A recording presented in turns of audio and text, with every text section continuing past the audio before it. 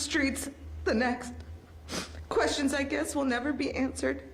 How insane to be in front of those who were there that night and to know out of all the decisions you could make, you made some really bad ones. One that leaves not just me, but all the people here and everybody beyond with permanent loss.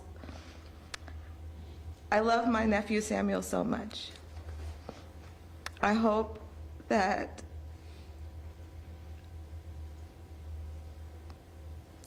some kind of justice can be served, because he'll never be here and we'll never get this chance again. So, thank you.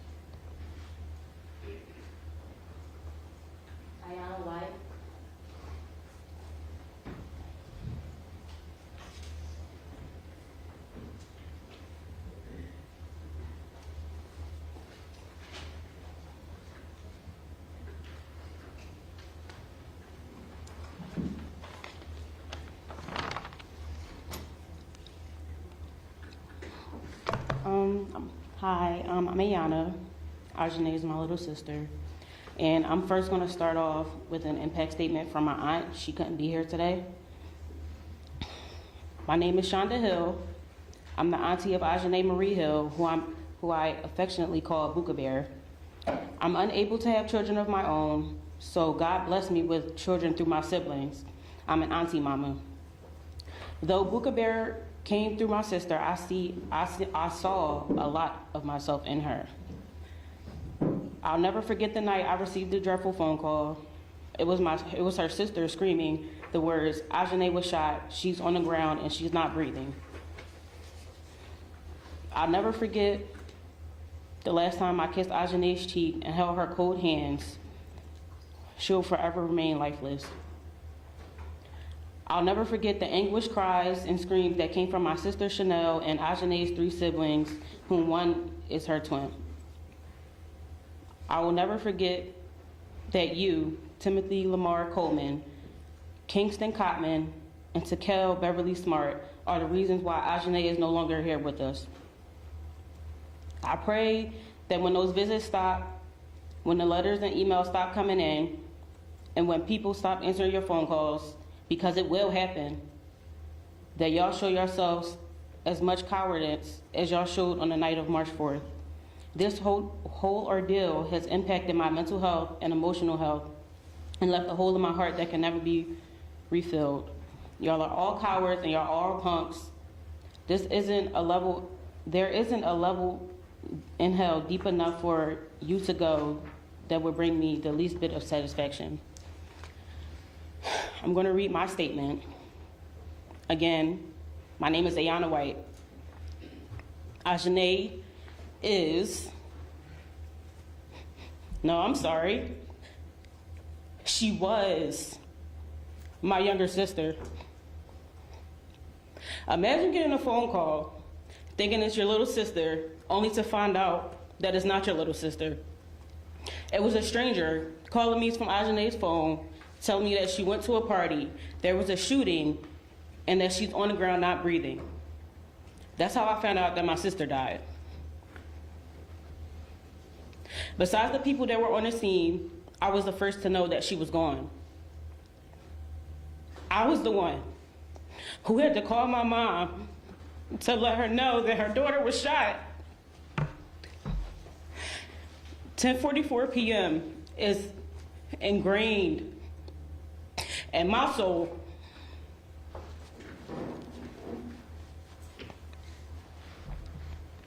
Havoc.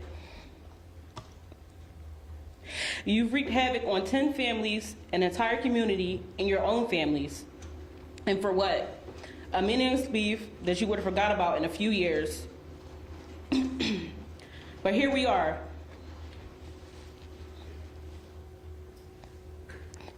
10 children shot, and of those 10, 2 of them will never breathe another breath again.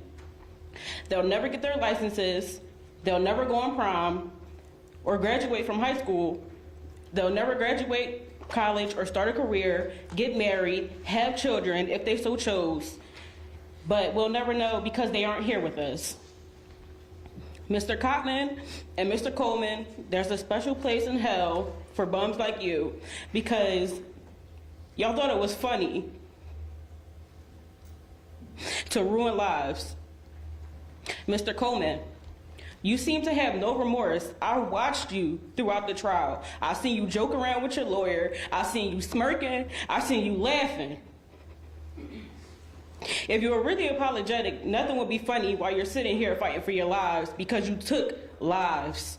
2 lives. I hope and pray that all of y'all will never know peace again a day in your lives. I hope and pray that y'all never see the light of day outside those walls again. That every single last one of you boys, because y'all aren't men, y'all are cowards. Y'all think y'all hard, y'all think y'all thugs, y'all think y'all gangsters because you picked up a gun. That's easy. You don't get any cool points for shooting women and children. You don't get any cool points for shooting at an unarmed person, period. Maybe one day the weight of what you caused will sit on your chest, like the anxiety that I feel every day and the depression that I'm fighting. I hope it sit on your chest. But today, it's not that day. Because from what I witnessed, you aren't sorry, you'll never will be. While you were on the run, bragging to your friends about killing my sister, killing Samuel, I was viewing my body. I was viewing my sister's body cut up fresh from an autopsy after it laid on the ground for 12 hours. Not only are y'all cowards, but y'all are also insanely selfish. To your victims, to your families, to the families of the victims, the community,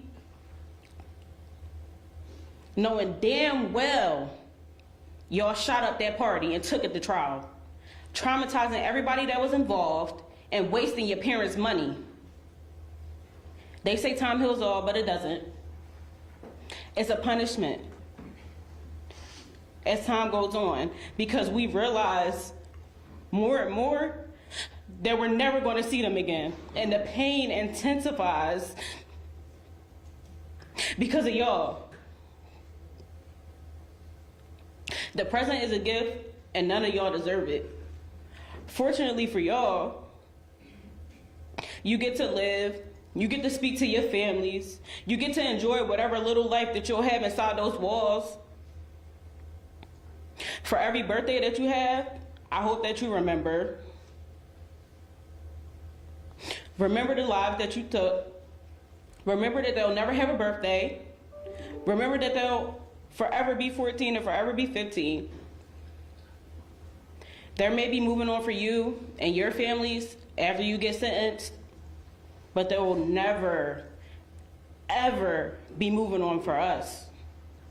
Because of you three, I'll never be able to talk to my sister again. Because of you three, the only way I can hear Nene's voice again is by watching videos.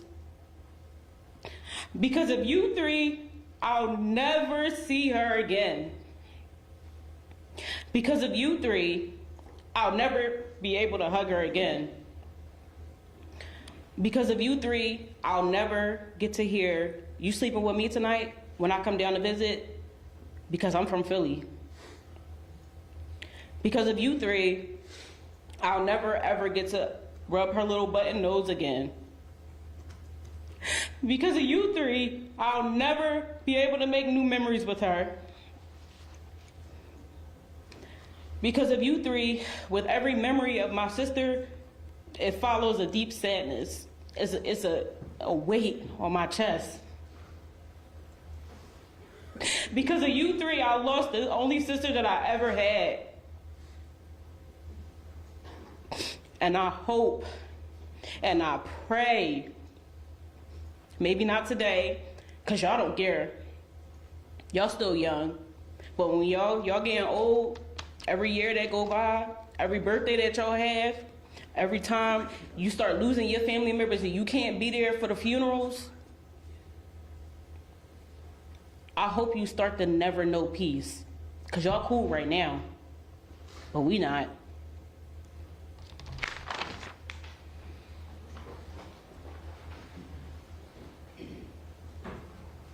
Catherine Moon and Marcy Moon.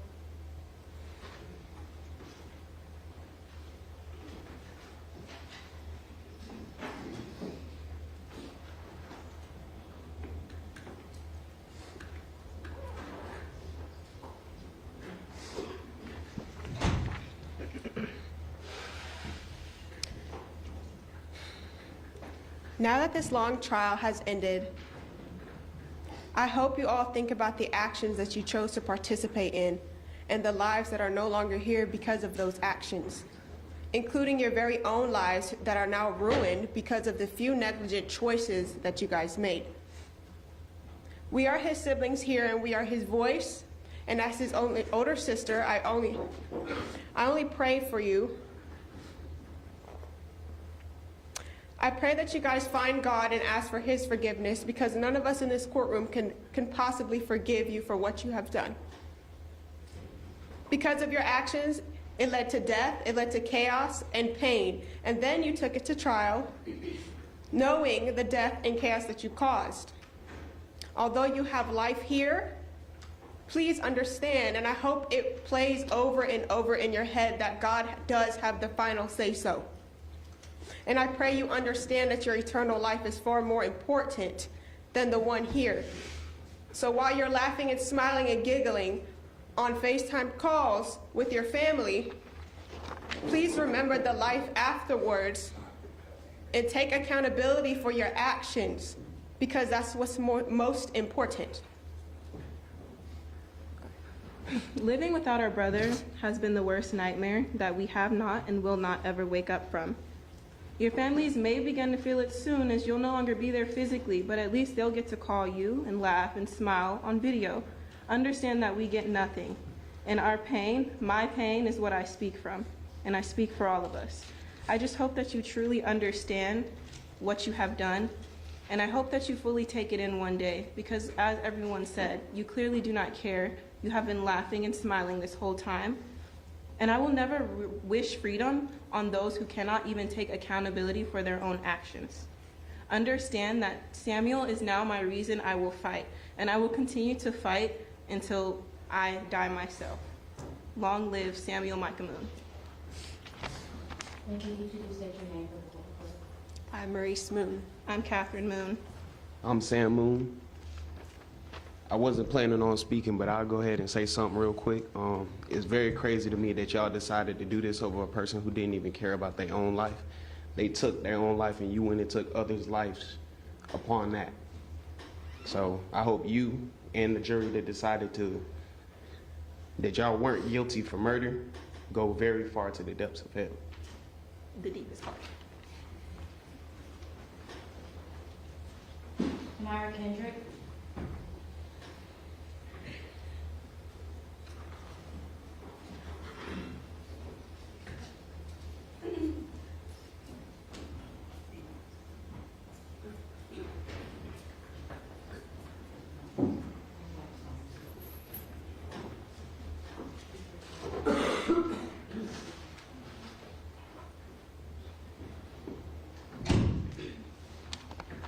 Good morning. I'm Tamara Kendrick, the best friend of Ajane. Losing Ajane took a lot of healing for me to do. Being 15 and having to see your best friend in the situation she was in, hoping that maybe a miracle would happen so that talking about our future and us growing together wouldn't be just a memory I would have to hold on to.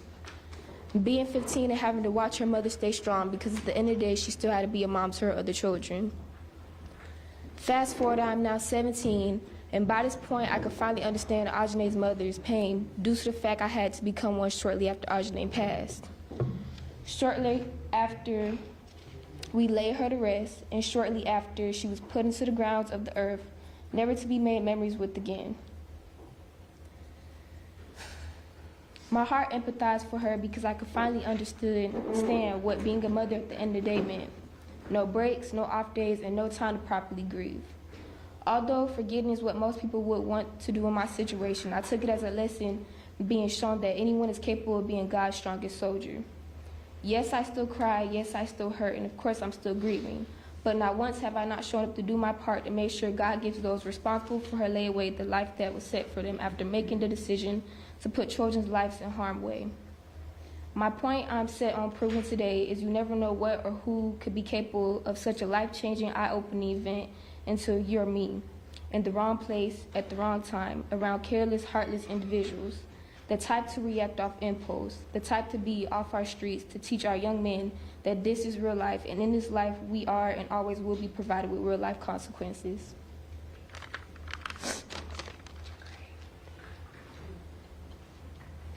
Eddie Alfred.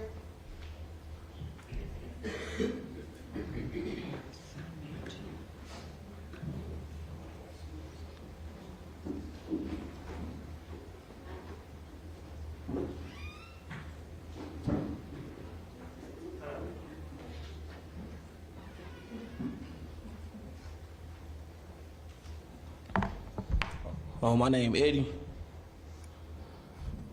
name Eddie. I'm Ahmad and Ajanae's best friend. Her death affected me in many ways.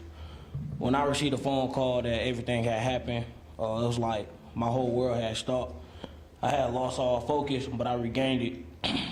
It'll forever be a hole in my heart.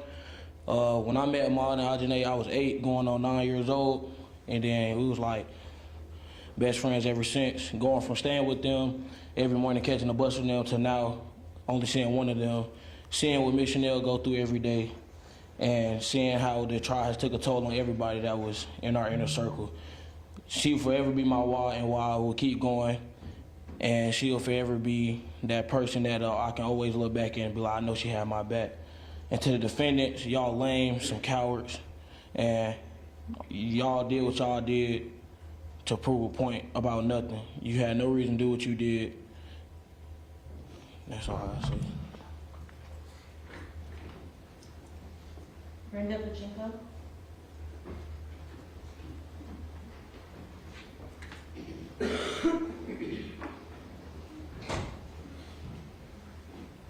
Good morning, Your Honor. My name is Brenda Pacheco. It has been 621 days since they took 2 young innocent lives.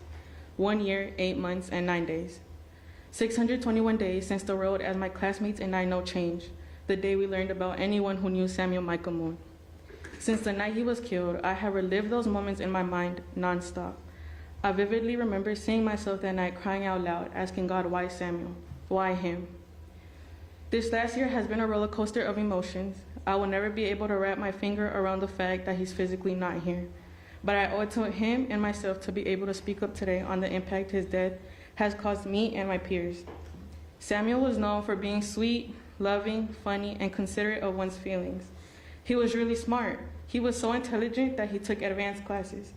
He was my saxophone buddy throughout middle school. That's how the red bow tie became a thing. His circle was small, but he always made sure the people around him were doing great.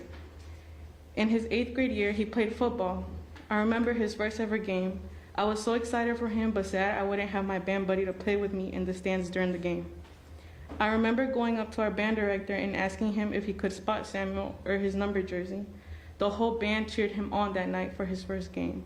He was loved by many, but they didn't know any of this. To say his death has not been easy is an understatement. I miss Samuel deeply. He was one of the few friends I kept in touch with since elementary. I miss seeing him in the hallways at school.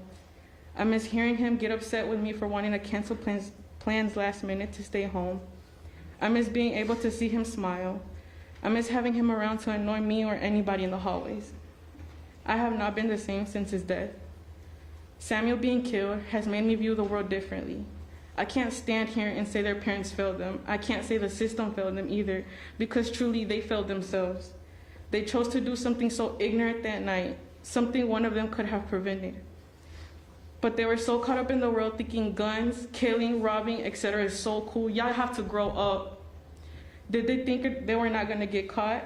Did they think everyone was going to forget what they caused? 2 young teenagers are dead. The impact they left on young teenagers is so sad.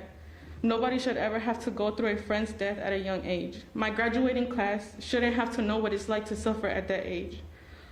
Our sophomore year got ruined because of something so stupid they caused. I reached out to some of Samuel's close friends this week before speaking today to hear how his death has impacted their lives, and some of them are lost of words. They told me how they remembered him, and I quote, "He was a cool, funny guy, the type of person that would always remind me to stay true to myself. Since Samuel died, it hasn't been the same. I can no longer just text him out of nowhere and expect a reply back. Sometimes it just feels like I'm missing a piece of myself, or like I lost connection with my life." How do teenagers explain to someone that their view of life changed because of their friend who got killed?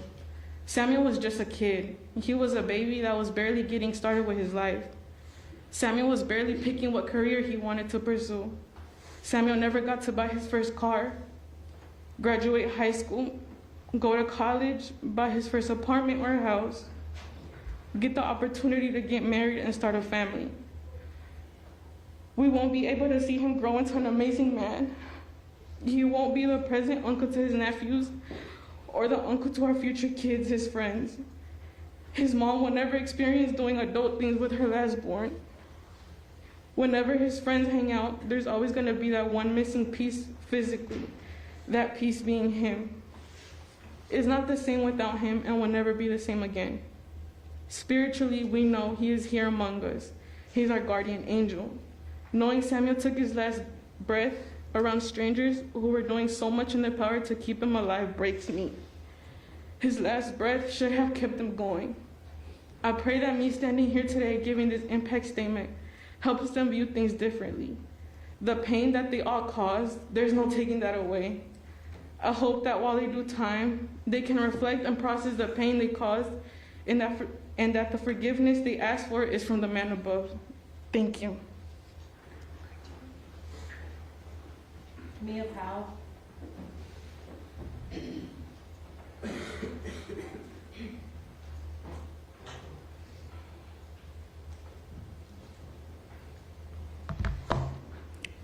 Microphone, is it? Okay.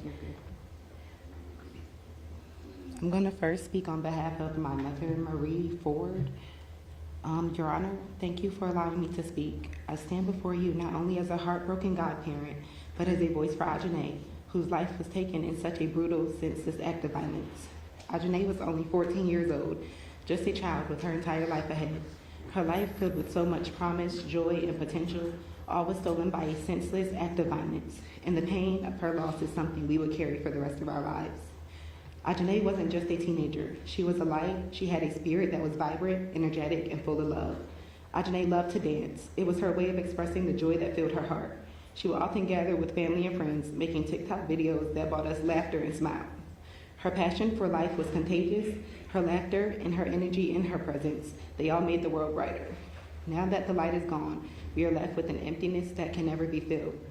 I watched her grow into a beautiful, brave, caring young woman. She had dreams, hopes, and a future that was cruelly ripped away. The pain we feel cannot be put into words. We wake up every day wishing it was just a nightmare, only to be met with the reality that Ajane is no longer with us. I miss her with all my heart. I miss her laughter, her hugs, her energy that filled the room. There are no words to express the depth of sorrow we feel, knowing that we will never see her smile or hear her voice again. Her mother, my best friend, has never been the same since that terrible day. She is broken, lost in grief, losing her baby girl. I see the weight she carries every single day, the way her eyes, once filled with life, are now filled with sorrow. She wakes up every day knowing that her baby girl will never walk through that door again, never laugh, never dance, never share another moment with her. I worry for her future, and how she will manage to move forward with a piece of her heart that is now gone forever. I watch her transition from a vibrant, outgoing, entertaining friend to a stoic, lost soul in grief. Ajane's twin brother, who shared her journey from the very beginning, has to navigate life without her by his side. Her two other siblings are growing up with a void that can never be filled. They didn't just take Ajane's life, they destroyed countless others in the process. To the people responsible for her death, you've not only taken a life, you shattered a family, devastated a community, and left a wound that will never heal. They robbed us of the joy Ajane brought, and they did so without care for the innocence they were tearing apart. Ajane was a child. Her life was valuable, her future was bright, and to see it taken so violently is something we will never recover from. While I know that no sentence can bring her back or ease the pain we feel, I ask that justice be served today, not just for Ajane, but for the life and love she represented. She deserves so much more than this, and we deserve to know that her death will not be in vain. Ajane wasn't the only victim that day. Samuel was killed, and several others were injured. Families were forever changed. Those bullets didn't just take the lives, they destroyed the spirit of so many children in our community, leaving a pain that is impossible to describe. We are left with unimaginable grief, asking why over and over again, and receiving no answer that could ever make sense of this tragedy. I stand here today and ask for the maximum sentence for those who murdered two innocent kids, Ajane and Samuel. These individuals made a choice that day, a choice to take lives and leave behind devastation. They deserve to be held accountable to the fullest extent of the law for the pain and suffering they have caused. Justice for Ajane and Samuel, whose life was taken in its demand. We need to know that those responsible for that will never have the opportunity to cause this kind of harm again. No sentence will ever bring Ajane back. Nothing will fill the emptiness her loss has left in our lives, not only for her, but for all the lives forever. Please, Your Honor, please give the family, all of us who loved her, some measure of peace by ensuring that those responsible for this unimaginable pain receive the maximum sentence possible. May Ajane's memory live on forever. Thank you. My name is Mia Powell, and this is my statement. My cousin's impact is something that can hardly be described in words. You simply had to feel it. I will do my best, as her presence was a true joy, and her absence has been a gut-wrenching pain. Specifically for her mother, who lost a baby girl, her twin brother, who lost his lifelong best friend, and her younger brother, who still cries at night nearly 2 years later. As for my family, these past 2 years have just been the beginning of a lifetime of heartbreak. Ajane was smart, adventurous, and had the biggest heart. It's hard to watch the anxiety the family suffers from with the abrupt and selfish decisions made by the defendants. Ajane did not deserve this. She had so much life to live. Years later, the impact of her death leaves a hole in our heart. To the defendants, I am disgusted, and you honestly don't even deserve to be acknowledged. Your Honor, considering the defendants' lack of regard for young lives and their own lives, I beg that you hold them responsible for their crimes. I urge that you enforce the maximum sentence on all charges. And while that maximum sentence will in no way heal my family's pain, it will provide some sense of peace as we navigate this road to regaining our mental and physical well-being from this unforeseen and heart-rending loss. Thank you.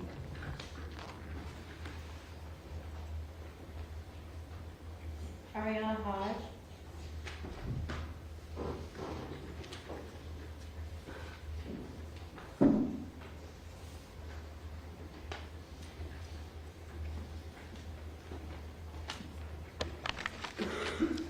Good morning, Your Honor. I stand here today not as a victim, but as a voice for those who can no longer speak for themselves.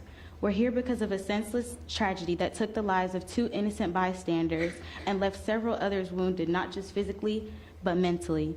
And despite the gravity of this, nobody has been held accountable for the ultimate crime, murder. The fear and chaos from March 4th will forever be in my memory. I can't enjoy 4th of Julys anymore, or New Year's, or any day that has loud noises that can remind me of this dreadful day. I can't help but think of the lives lost and all of the unfulfilled dreams and aspirations that will never be lived out, and I can't help but think of the families who had countless future memories stolen from them. I seek justice not only for myself, but for those who had their lives stolen. The absence of murder charges in this case is a slap in the face and a denial of the severity of the crimes committed. It is nothing short of injustice to those who were killed and the families left behind.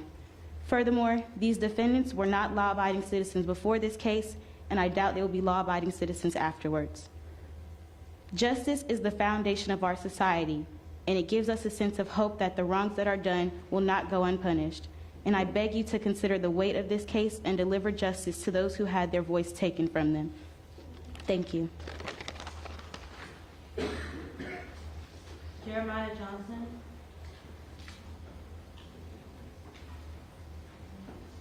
And Carlene Thomas.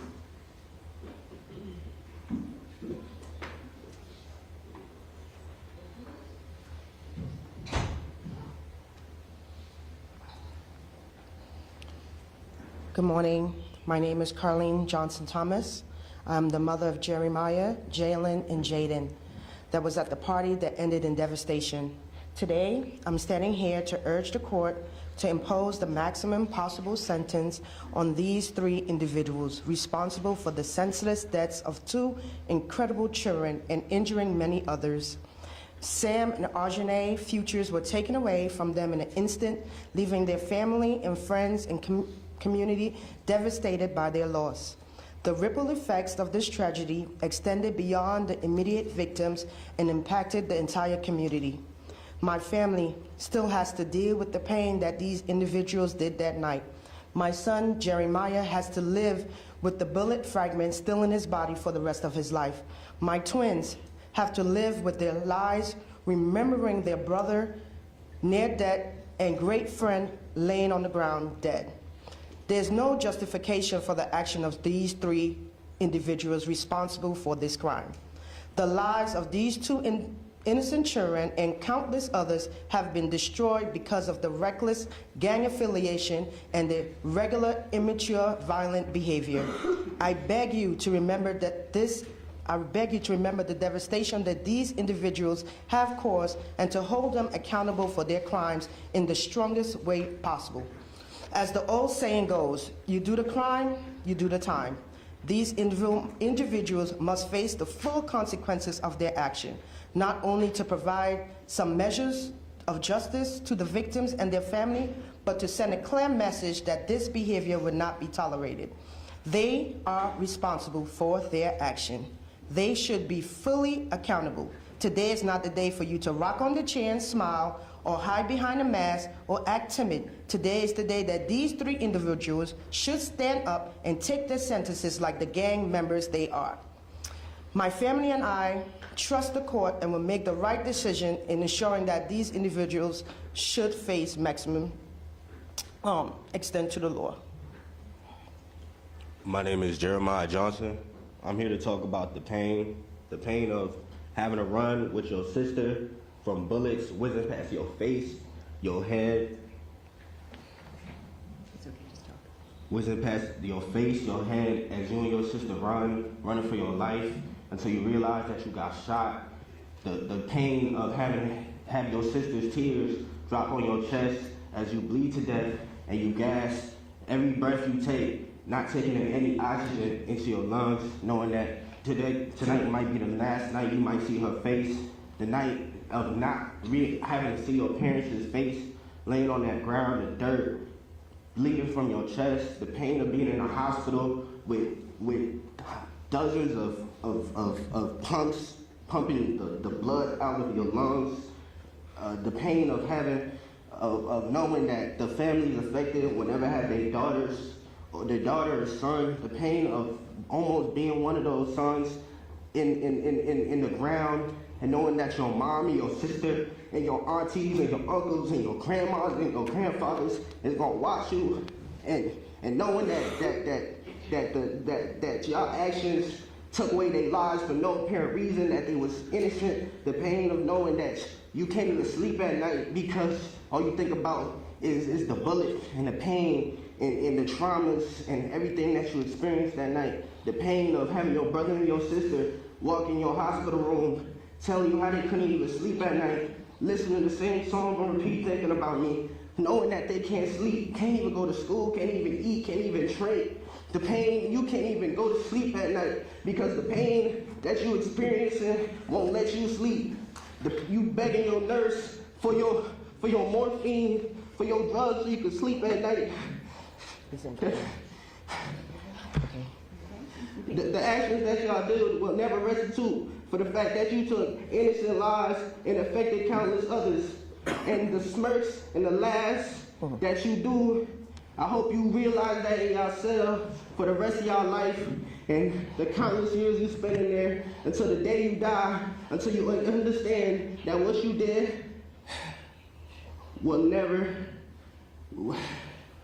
vengeance will never be served, but at least the nights and the years that y'all spend in your cell will help our family sleep slightly better at night. Thank you. And I would like to close that. This is the pain that we have to endure every day. Every day, my son wakes up with pain.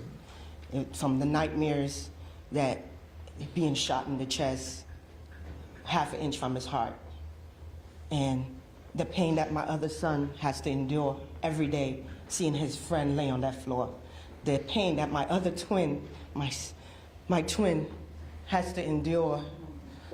My daughter has to endure seeing her brother being shot in the chest. My son made a video for me because he thought that he would never see me again. And all it took was 9 minutes after I dropped them off that my kids almost lost their lives. So I hope that they get the maximum sentence. Smiles in court and laughing and hiding behind a mask and trying to act timid, it's the most hurtful things that we have to sit there and feel. Every time we come here, we have to feel that pain of that night of me calling Miss Beverly, Sam's mother, trying to tell her that her son has passed away, and I can't I too can't sleep at night.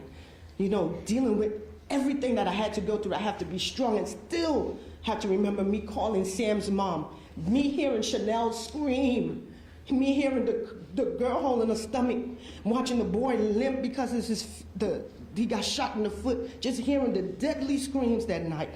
And so the kids are suffering, the parents are suffering, and everybody that was around there is suffering. So I hope they get the max sentences that they deserve.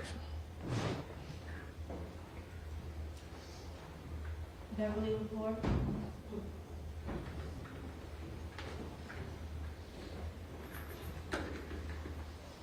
And Chanel White.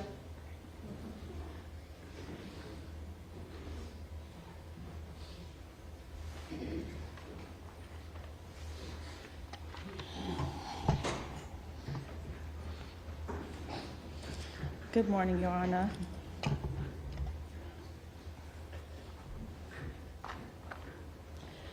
My name is Beverly LaFleur.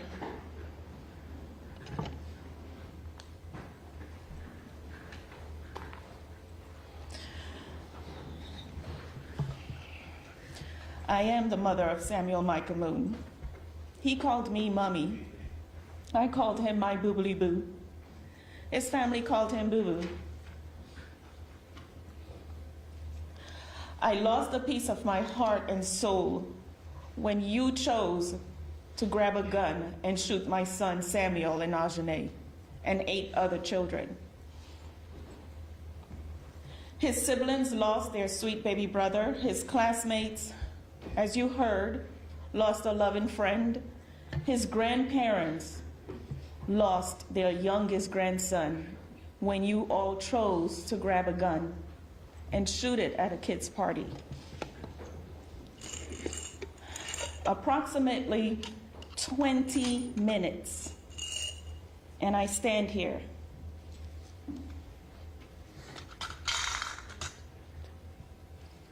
Each gem signifies 1 minute Samuel fought for his life. Approximately 20 minutes. 1, 2, 3, 4, 5, 6, 7, 8.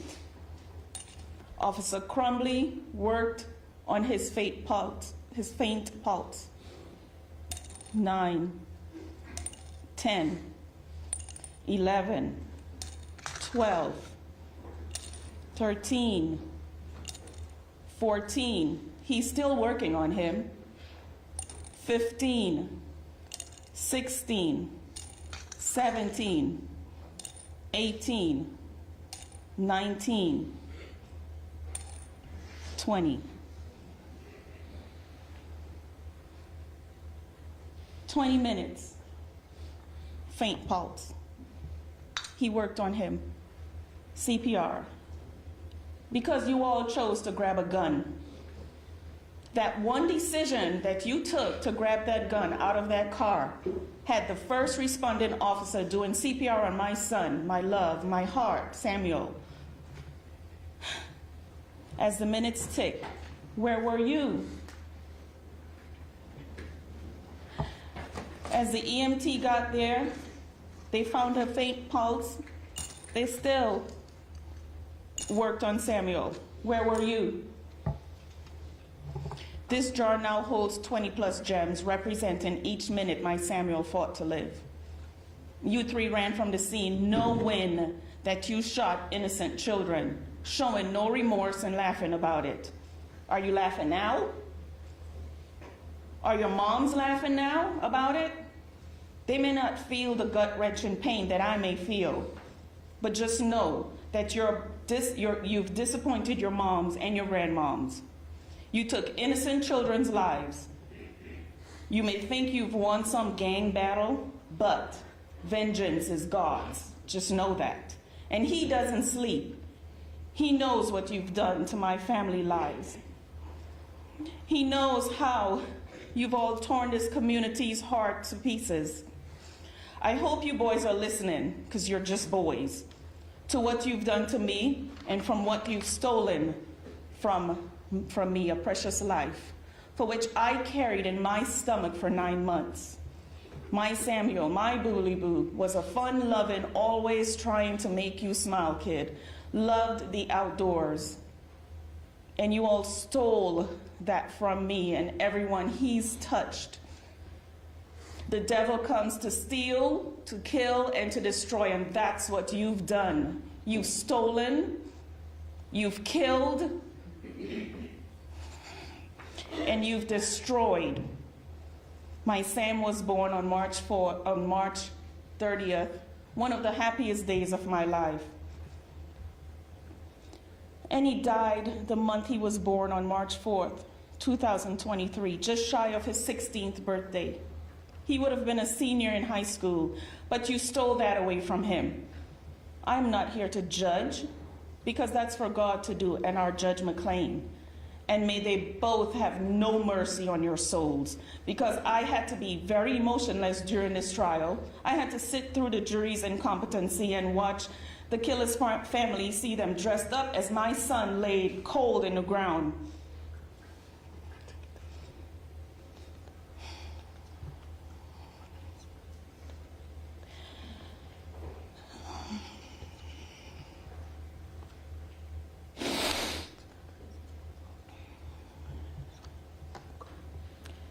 As the mother of Samuel Micah Moon, may your souls be forever tormented in this life unless you give your souls to God, completely to God.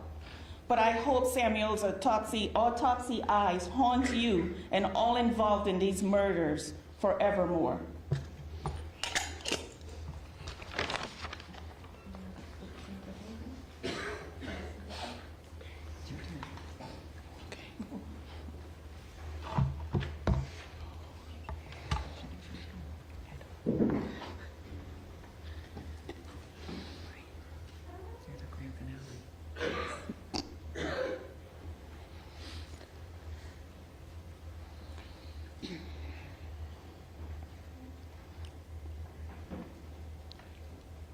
Grief hurts.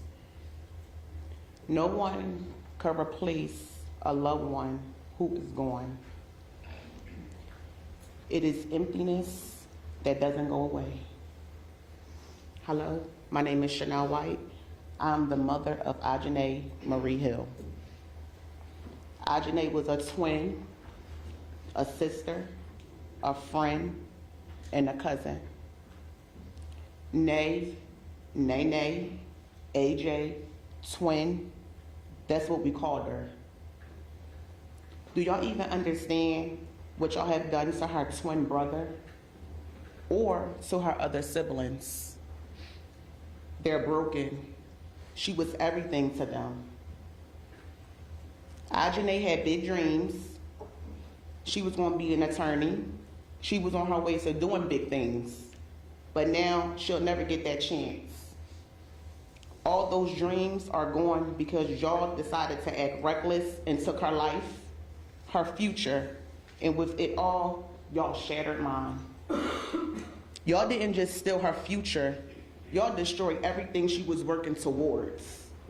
My daughter, just 14 years old at the time, was at a sweet 16 birthday party, a celebration of life and friendship. And now she's gone, murdered by a group of young, careless, and heartless gang members. We'll never get the chance to see her dance, sing, play basketball, cry, work, or even be silly again. Yes, we have memories, but it would never be the same without her on this earth. Y'all are monsters, murderers, and now that y'all live behind bars, y'all still have the opportunity to call home, have visits, eat, and carry on. Meanwhile, we have to live with these holes in our hearts every day. I wake up every day knowing I would never see Ajane Marie Hill again. I would never hear her voice or see her smile. I would never get the chance to watch her grow, graduate, or even have her own family. That's the reality y'all monsters, murderers created.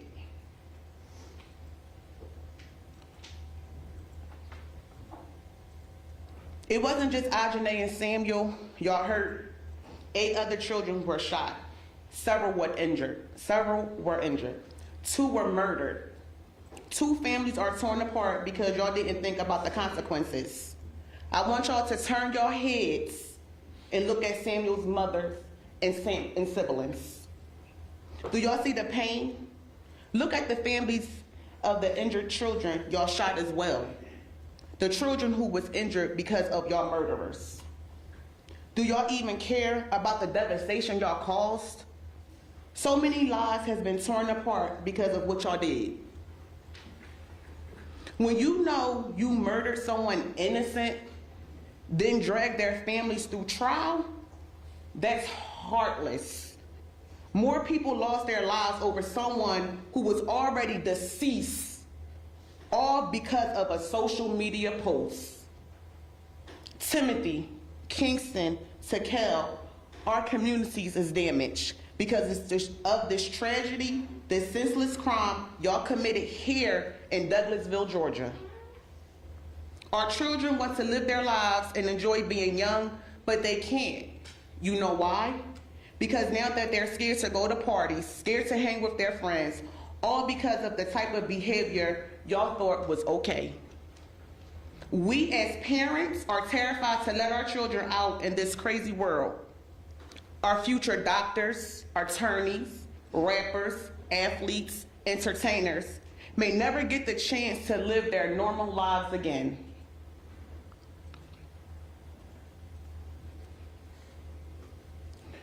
Sitting in this courtroom for those 3 weeks was exhausting, draining, stressful, disappointing, and frustrating. I sat here watching, knowing that by the looks on y'all faces, no one of you showed any remorse, sympathy, or regret.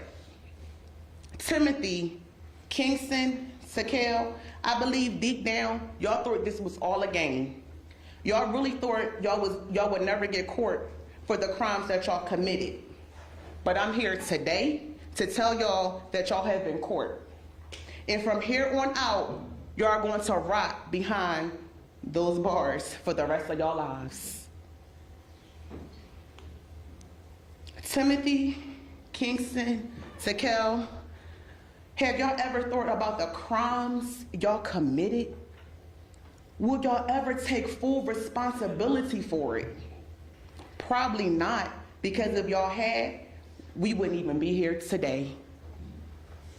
Y'all played big roles in this senseless, massive shooting. And Timothy, you were the ringleader of this massive shooting. You had to train your friends, your brothers, to pull this mess off, because that's exactly what it was and what it is, a mess.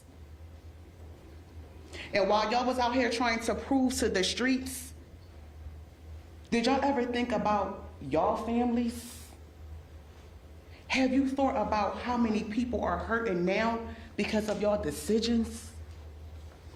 Timothy, you sat here laughing, smirking, and acting like this is some type of joke, as if my daughter isn't lying in a grave because of what you did.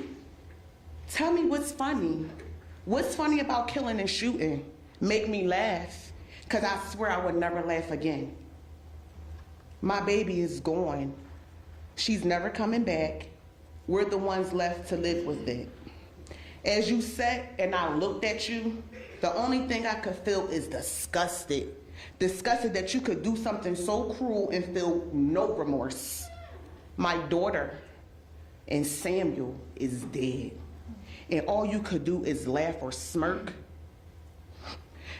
The same way you, your friends, and associates felt about y'all Chop is the way we feel about our Ajane and Samuel.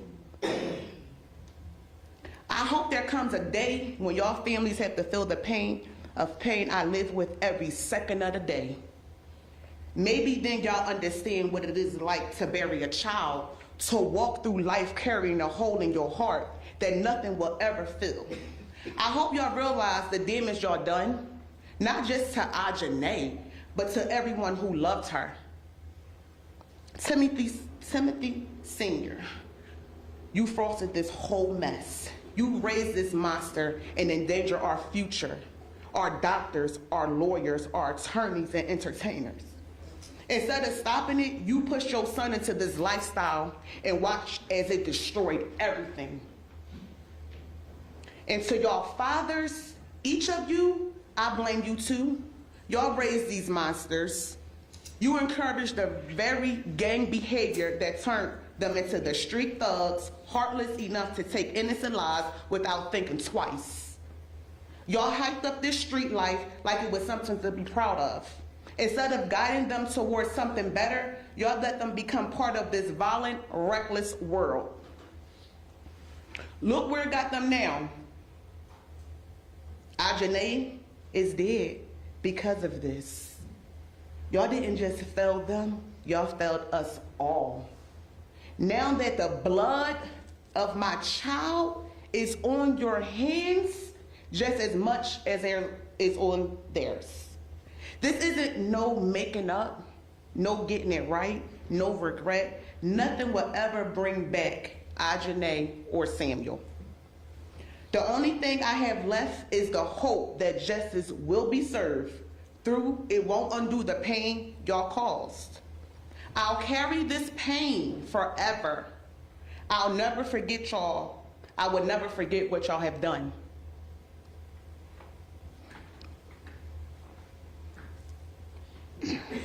Our children are gone all over a deceased person in a social media post. This is wild to me. Burn, bitches. Avari Ivory.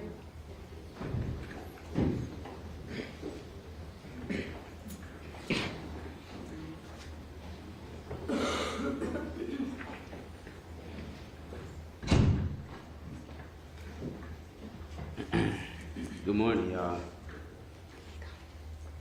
I ain't gonna lie, I wasn't even gonna say nothing, cause that's they people that died, and I don't wanna act like I'm a victim of anything, but cause I said what I said on the Instagram post, I ain't trying to act like I ain't did nothing, but I just gotta ask y'all a question, all three of y'all.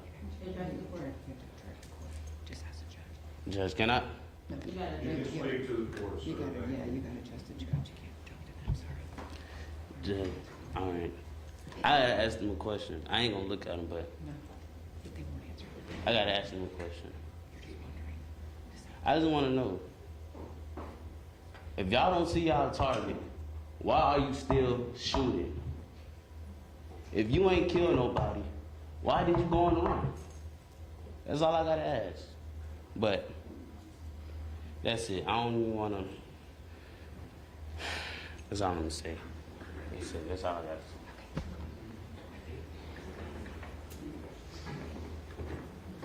Your Honor, there are 13 victims listed in this indictment, and the jury returned verdict as it relates to all 13 victims.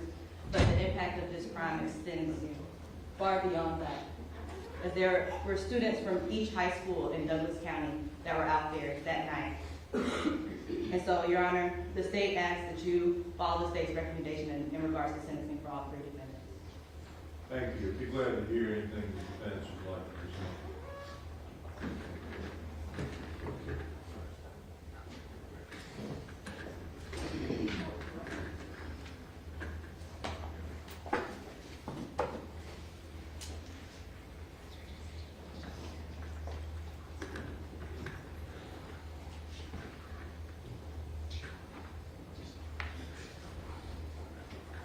Thank you, Judge. I've read all the statements. I presumed. Friends and family have submitted. They're very well written, very heartfelt. Thank you, Judge. I appreciate that. I presumed the court would have. May I approach? I do have 2 additional letters that came in overnight that I'd like to present to the court.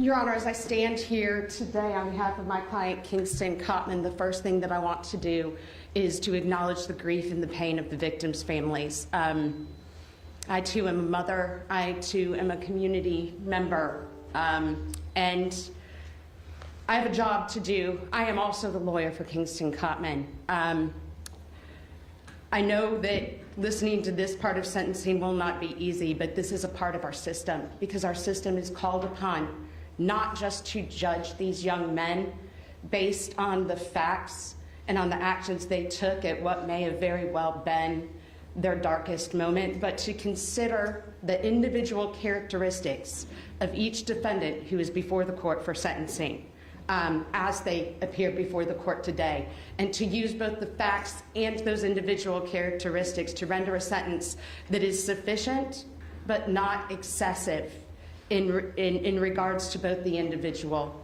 and the crimes for what they were convicted. I know the court has said that you've read, we submitted a lot of character letters. There are a lot of people in this community who love this young man. I've become one of them over the past 2 years. This is a hard job, and this is a hard case.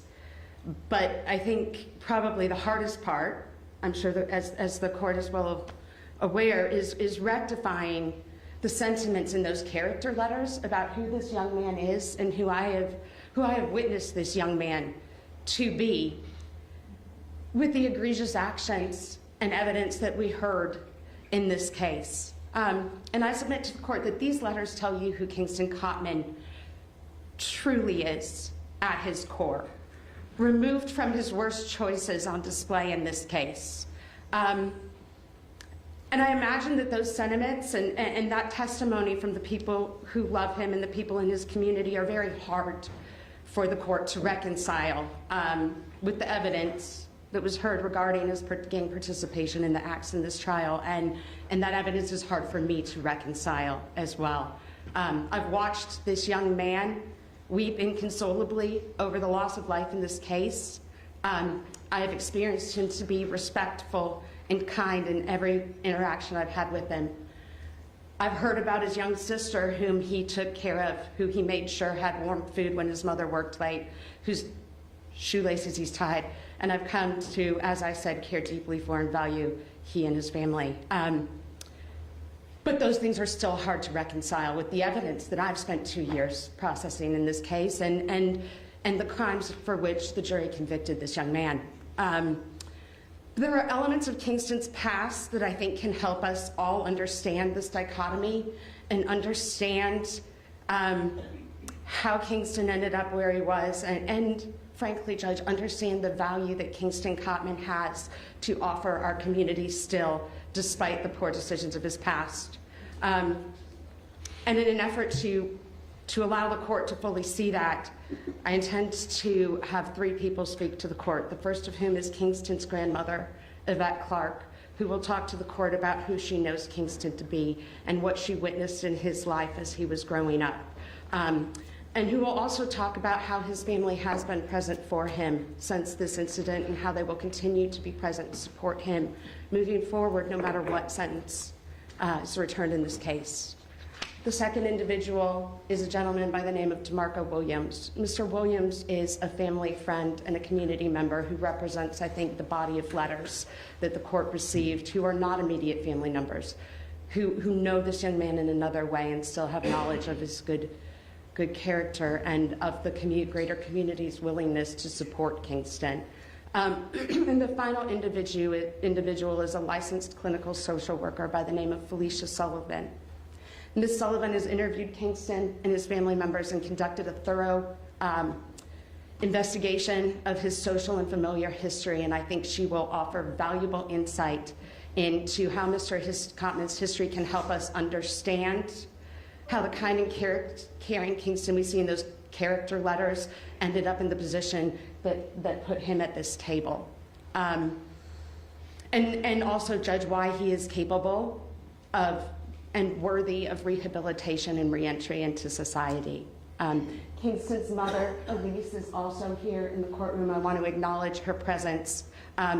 the emotion of the situation, given the emotions involved in this situation, we ask that the court accept her written sentiments and my acknowledgement of her and representation to the court regarding her complete and unconditional love and support for her son and unending remorse for the victims' families. And with that, Judge, I would ask if Ms. Yvette Clark would come forward, All right. speak to the court.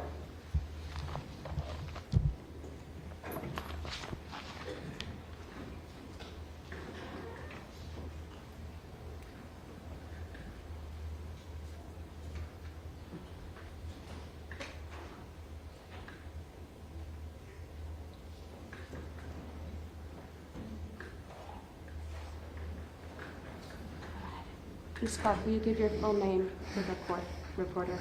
Yes, my name is Yvette Monique Clark. Oh, you want me to talk? Okay, I'm so sorry, Your Honor. Thank you for allowing me to let you guys know who Kingston really is. I heard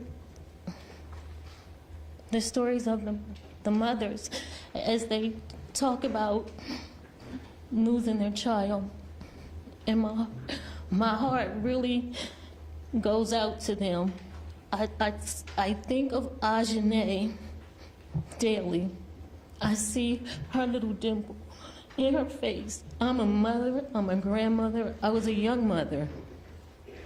And I love Kingston. I heard you guys, sorry, one more thing. Samuel Moon. I'm so sorry, and all the children who were affected by this. But Kingston Coleman, I heard your stories. I was in the room when Kingston was born. I was in the room as the family was over there with Elise, and Kingston wasn't breathing. And I was standing by the incubator, and they didn't know it. And I just stood there and I watched this child. And when he took his breath, I was forever connected to him. Kingston is not a monster. He made a bad decision. But Kingston has two young parents. He was born to two young people, and this is not an excuse. This is just the truth. I sat up all night, I text, I wrote, I text my story of what I wanted you guys to know about Kingston. And when it was all said and done, all I could do was come up here and tell you guys the truth. I love Kingston. Kingston never had a chance. My son is his father, and I have been in Kingston life since November the 7th, 2005, and just in spite my son not being a father. He was not raised that way. I have been married to the same man since 1987. Our 3 daughters are back there. I live in the Fairburn community for over 25 years. Kingston is not about that life, but I couldn't save him. He loves his parents. No matter what I did for him, he was still looking for that love of his parents. When Kingston turned 9 years old, my son turned his back on Kingston. He just got married and even said that Kingston wasn't his child. He was devastated. I have pictures of Kingston and his father from day one. My son was a good father. Something happened. I blamed myself in the beginning. My son even went as far as, because I was so angry with him and I kept telling him about his responsibility with Kingston, he stopped talking to me for 5 years. Kingston was 10, 11, 12, 13, 14, 15 years old. These are important years of this child's life. I taught Kingston how to drive, and he said, Nana. Kingston calls me Nana. He is not a hardened criminal. He in jail right now, and you listen to tapes, he be like, hi, Nana. I'm his Nana. He's trying to fit in where he don't fit in. I tried it. I have that experience. I tried it I was a teenage mother. I tried, and I got caught up with the drugs. I have not had anything in 29 years. My grandson has never seen me drink. He had never heard me curse. He had never heard me. It was hard for me to come up here and talk about his parents because I don't want him to hurt because of the truth that I know about his parents. I don't want him to, I tried to protect him, but I couldn't. I prayed every day. When they came to my house to get Kingston, and they had these guns, and none of my family members have ever been in jail. We just don't. I have friends here in Atlanta that are members of the community, the 100 Black men. Kingston is not like that. But when my son left him, we lost Kingston, and I couldn't save him. I tried. I reached out to his parents. I did welfare checks. I did everything I could. I am here for Kingston no matter what. Kingston, even if he goes to jail, I will be there with him because he's worthy. And I try to tell him that Kingston never really loved himself. And I used to tell Kingston, stand inside, look inside that mirror and tell yourself you love yourself. Kingston is hurt. Kingston has been to counseling, but it didn't work. He was born with a lazy eye, and his mother allowed me I take him to all his doctor's appointments. I take him everywhere because she may thought I was doing it because Michael wasn't there. I'm doing it because it had to be done. He deserved the same life that the children that were lost. I was trying to give him, I was trying to do the same thing that Mrs. Beverly and Chanel was trying to do for their children. But I was his grandmother. They always say, even my husband would say, you know that's not your child. I know he's not my child, but he deserves it. He deserves it. So I'm standing here talking to you and asking, I know they have said, let him rot. And I believe that there's no mistake.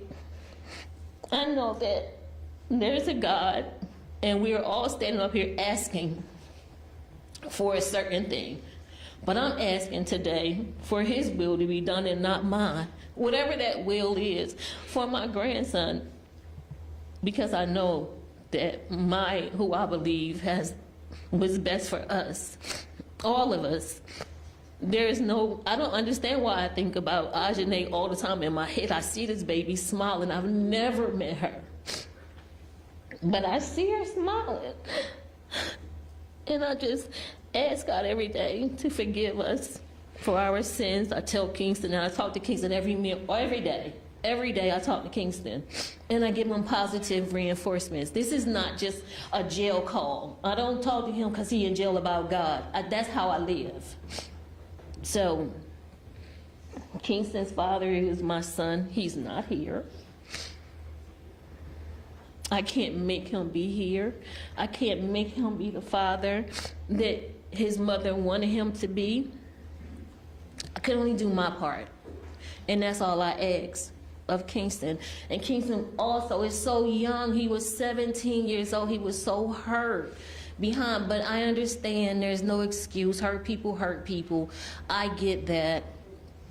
But Kingston does deserve a chance. So I plead to you to give Kingston a chance. Whatever you have to do, give Kingston a chance. No one believed in him. I do. I believe in him. Thank you.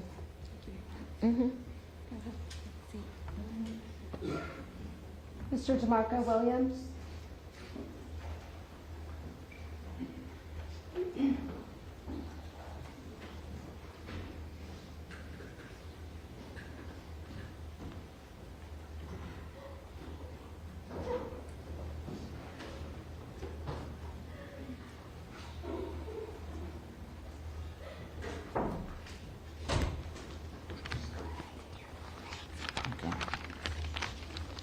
My name is DeMarco Williams. I'd first like to say I'm truly sorry for the families of the victims. My heart goes out for them. Those were some powerful words that were spoken. Secondly, I'd just like to say that I've known Kingston and his mom, Elise, for 15 years. But probably even longer. Judge, I know you've heard from cousins, nephews, dads who've stood here in the same spot speaking on behalf of their sons, cousins, brothers. Judge, I can't speak for any of them. I can only speak, my story and what I know. And the one thing I know is that in my 47 years, the best way to learn about someone is to watch them watch them in action when they don't know that they're being watched. And with Kingston specifically, I've been in the same house with him. I've been in the corner in the conversation in the room, and I've seen him walk in and hug and speak to every adult in the room. That isn't typical of a young man. There was something special about him in that sense. That was 10, 12 years ago. Even more recently, I've been in cars. When Kingston was speaking from jail, he was on speakerphone. He didn't know I was in the car, but he spoke with humility and respect and said, "Yes, ma'am, no, ma'am," on the phone. And I just quietly listened. And that was just 10 months ago. So, from 10 years ago to 10 months ago, I'm seeing the same character traits in this young man. To me, those are signs of a person with good character. To me, those are signs of a person who means well. I know you've heard all of this before, but with Kingston, it's true because I've seen it with my own eyes. And that's all I'd like to say today. Thank you. Judge, at this point, I would ask to call Ms. Felicia Sullivan. If it's okay with the court, I think it might be easiest if I have her take the witness stand and ask her questions to which she responds. All right. Thank you.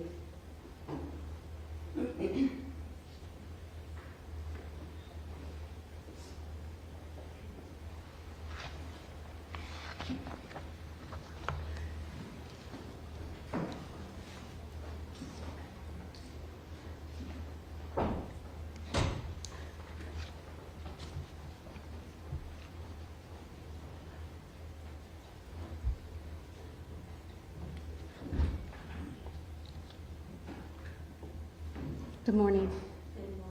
Could you please introduce yourself and spell your name for the court reporter? My name is Felicia Sullivan. My status is Frank, E-L-I-C-I-A.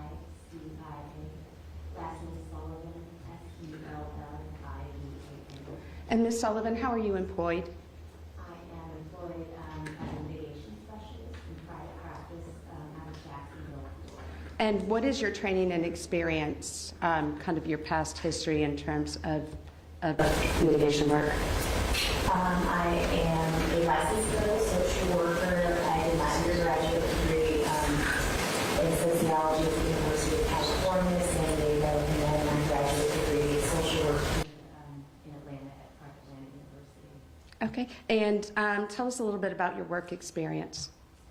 I started as a mitigation specialist back in 2001 at the Georgia Catholic Federal Office, and was the director of mitigation there for approximately 5 years before I went into private practice. And subsequent to that, or now what I do is mostly federal death penalty cases as well as juvenile resentencing cases all over the country. And as a mitigation specialist, I know that the court is well educated, but if you'll just give us a quick summary of what the aim of your work is.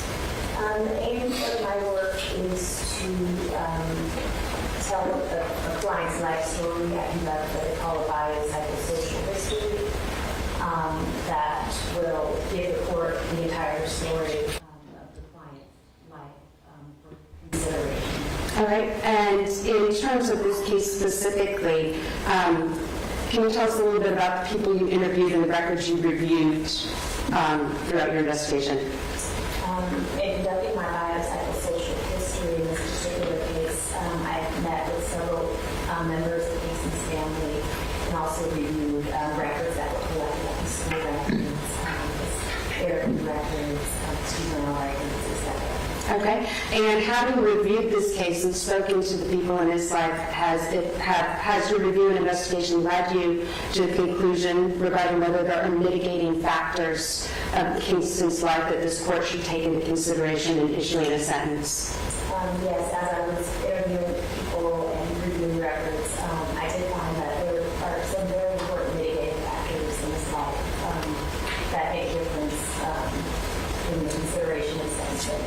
you tell us what those factors that you found to be relevant are? I found that there was quite a history of family dysfunction that Kingston endured growing up.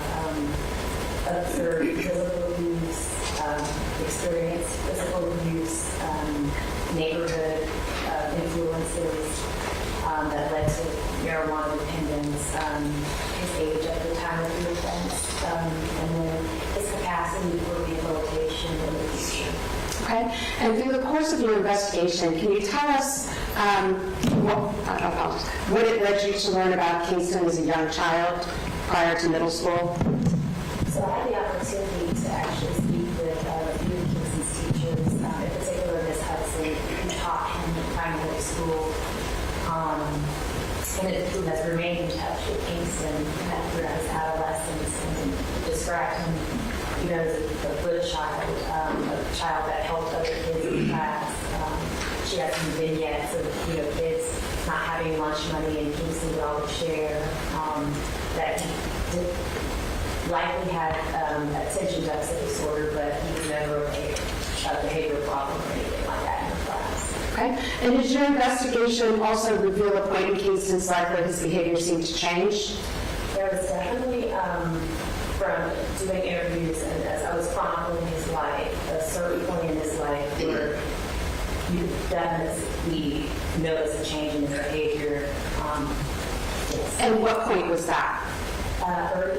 Early adolescence, sometime around the age of 12, 13, and this coincides with when his father abruptly terminated their relationship. Okay, and tell us a little bit more about what you learned about the circumstances surrounding Kingston's father's exit from his life. So, in interviewing family members, I learned that Kingston was very close to his father. They did pretty much everything together. Kingston idolized his father. And then Kingston's father married a woman named Sandra who did not want Kingston to have a relationship with his father. And his father abruptly terminated that relationship with Kingston. And I also learned and saw evidence of text messages and communications between Kingston and his father, where his father told him that he was no longer going to be a part of his life, that he was going to kill himself, kind of horrific things that you would hear from a parent. Did you also observe text messages sent directly to Kingston from the father's wife at the time? I did. And these text messages said that Kingston's father was dead, that he had committed suicide. Yes. And did you learn through your interviews and research about whether this behavior was pervasive and continuing from the father and his wife at the time towards Kingston? It absolutely was. It was pervasive. Apparently the wife created fake social media accounts and harassed Kingston and the family for several years. And were there elements also of Kingston's relationship with his immediate nuclear family, including his mother, that caused you concern? Yes. During his developmental years, Kingston, she was a young single mother, so Kingston was oftentimes left to his own devices, left alone. There was some physical abuse. I think she was doing the best that she could, but there were definitely some areas of concern. Would you characterize it as somewhat of a lack of stability for Kingston during developmental years? I think that's exactly how I would characterize it. And did your investigation also reveal changes in Kingston's behavior around that time or following the incidents of abuse and emotional abuse, especially involving his father and the wife? That's correct. Several family members described him going into a depression and kind of turning outward, going out and looking for acceptance in places where he should not have been. looking for acceptance. And based on your training and experience, how would you characterize Kingston's family history, the incidents of abuse, the parental rejection? How would you say these things influenced or contributed to his conduct an issue? I would say that deep rejection by his father, the parental instability, the physical, emotional abuse, things that happen in the vacuum, and I think that all of those things cause Kingston to fall into a deep depression and seek out love, and that is a huge risk factor, I think, when young men start to join gangs and things like that. They're looking for something that they're missing in their own environment. Thank you. And I'd like to now talk a little bit about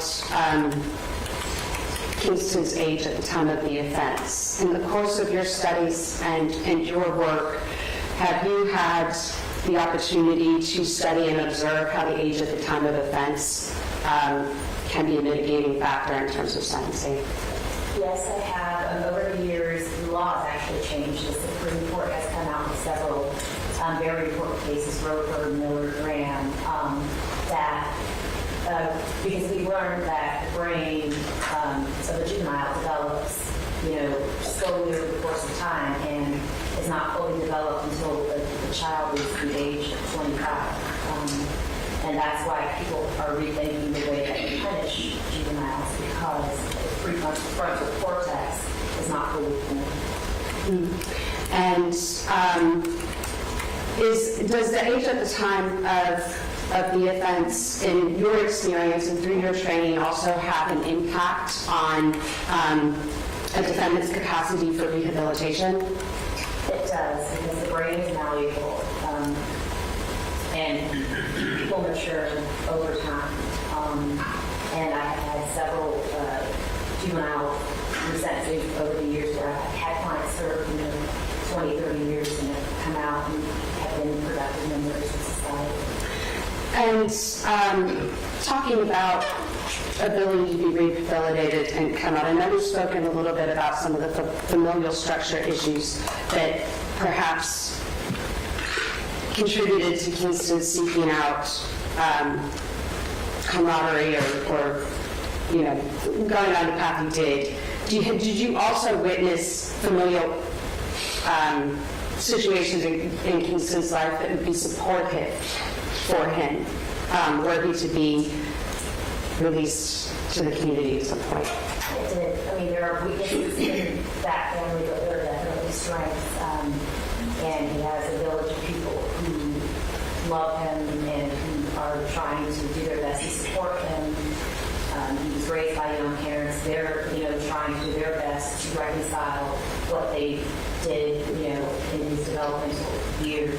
I spoke to his father who lives in California, who regrets he's no longer married to that woman and regrets, what happened and would like to be a part of his life. And can you talk to us a little bit about the impact that having this sort of network through your study and experience has on recidivism or successful reintegration into the community? For example, maintaining family ties while incarcerated. Right. So if a person is incarcerated, studies show that if you maintain familial ties, there is less recidivism. You're more likely to not be depressed and not receive disciplinary actions and do positive things while are serving time. And have you witnessed, through your investigation and interviews, have you witnessed Kingston or seen evidence that Kingston has been able to maintain familial ties during the course of his pre-trial incarceration? Absolutely. Kind of more than I've seen in any other case. Okay. And what about positive family relationships? Is there a connection between positive family relationships and chances of being reincarcerated? There is. The higher, or the more stronger ties are with your family, the less chances are that you will reoffend. And have you seen and witnessed Kingston to have positive family relationships that he can turn to? Yes, I have. And what about, I know we talked about, maintaining family ties, but actual contact, communication, is that shown while a defendant is incarcerated? Is that shown to have any effect on their likelihood of success post-release? It absolutely does. And tell us, what kind of effect does it typically seem to have? Keeping in touch with family is very important, and keeping the defendant's spirits up, giving them positive influence. A lot of my clients who keep in touch with their family enroll in programs and things like that make their time a positive learning experience. And has your investigation revealed to you whether or not Kingston and his family maintain that sort of contact? They absolutely maintain that contact. They are very proactive in trying to get people involved in Kingston's life who will help him through this transition. Ms. Sullivan, in the course of your interviews, did you interview a gentleman by the name of Halim Flowers? I did, yes. Can you tell us who Mr. Flowers is? Mr. Flowers is a man who, as a juvenile, received 2 life sentences while he was in Washington, D.C. And what has happened with Mr. Flowers since? So with the Graham and Miller Supreme Court decisions, he had a chance to be resentenced, and during that resentencing, the judge showed him mercy, and he was able to be released. And is an author of several books, goes around the country speaking about juveniles and how you can redeem yourself after tragedy. And how did you come to be in contact with Mr. Flowers? I'm not interested in Mr. Flowers. Judge, I feel just allow this connection, it is a direct connection to my client. No.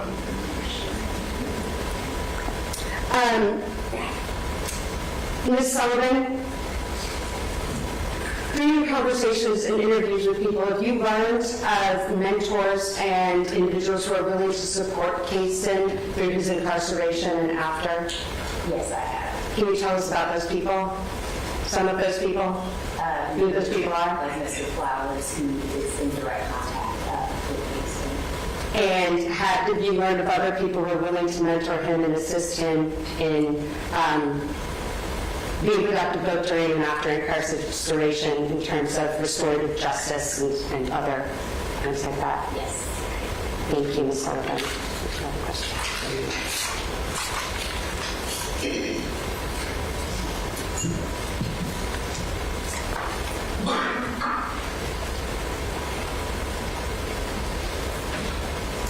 Judge, as the court knows through the character letters, they're a mass village. I won't take more of the court's time having more people come up and reiterate what they've already said in their letters, but I would like to ask that everyone who submitted a letter and is here today to support Kingston just stand at this time so we can see the type of community support that this young man has available to him and will have available to him no matter what happens in this case.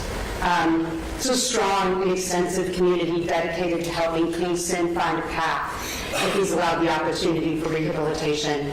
And we're here today as I am asking this court to give Kingston that opportunity. The facts of this case don't need to be, I think over the 2 years of it, talked endlessly about how horrible the facts of this case is. But we are here today asking for a sentence that will allow this young man at some point a chance to be rehabilitated and re-enter.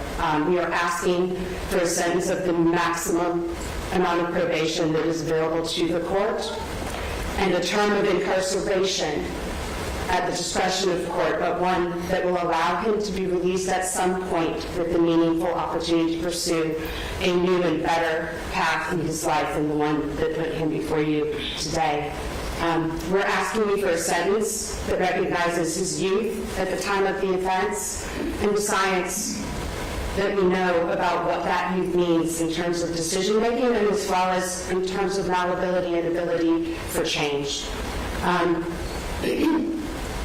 We're asking you for a sentence that gives Kingston a chance to be rehabilitated and add value to this society, because given that chance, I have no doubt that Kingston will make new and better choices and do great things. There's no way for us to recount the victim's pain in this case, and I'm sorry for that, but we are asking the court for that sort of sentence, and we believe that that sort of sentence is also the sentence that respects the jury's ultimate verdict in this case. Thank you very much. Be glad to hear from other counsel.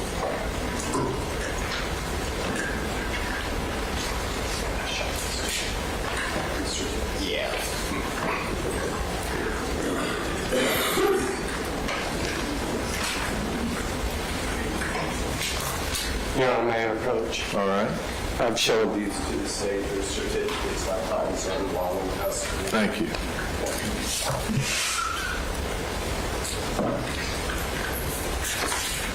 Judge, you've already heard so much. I don't want to spend a lot of time repeating things. I guess my client's in somewhat of a different situation, and his conviction involved just one count. But just to give a little sense of who my client is, at the time of this incident, my client was 21 years old. He was living on and off with his mother, and he was in a single-parent household. He's 23 years old now. He's been in custody since April of 2023. And I guess as Ms. Sullivan testified, but more importantly, the court's own experience, the court has been doing this for decades, and I think the court knows what the impact is of young men who are raised without fathers and young men who are raised in instability and the things that impact that it has on their lives. I'm not really sure I need to quote from studies and scientists for this judge to understand what impact that may have. Although my client had a great deal of instability in his life, he was able to graduate from high school. That's very unusual with my clients. It's almost always a guarantee when I meet with a young man that in fact he would not have graduated from high school, that the lack of stability would not have allowed him to do what he needed to do, but he graduated from high school. And then when he left high school, he went on to college and was attending college and was doing quite well at college. The reason for offering the court all those certificates is not because there's any particular course that I think tells us a whole lot, but what I think it tells us is this is somebody who seems to be dedicated to self-improvement, that he does value education. He's very anxious to get back into school. He thinks he can study a trade and have a future doing that. Also, I guess to better explain my client, although again he has issues with stability in housing, he had a full-time job when this incident occurred and was still working that job at Home Depot when he was arrested. When he is released, and he will be released, he intends to go back to his mother, intends to go back to school, and he intends to try to make up for his actions and for the lost time in his life that came about because of his own decisions. This client also is first offender eligible. He has no felony convictions. They talked about other potential pending cases, but he has not convicted of anything before. He still stands today in front of the court with no felony convictions. What I think I really want to talk to, though, is about why my client went to trial. I think there was an impression from the family that people went to trial because they felt no remorse. that they went to trial because they didn't feel they had any responsibility, that they lacked any contrition, and that's why they went to trial. And they went to trial in an effort to somehow bring more harm to the family. And I can't speak for other people's clients, but I can speak from my own experience. I can just speak from my relationship with my client that was the farthest from the truth. My client, from the very first time I met with him, understood that the decisions he made that night led to these harms.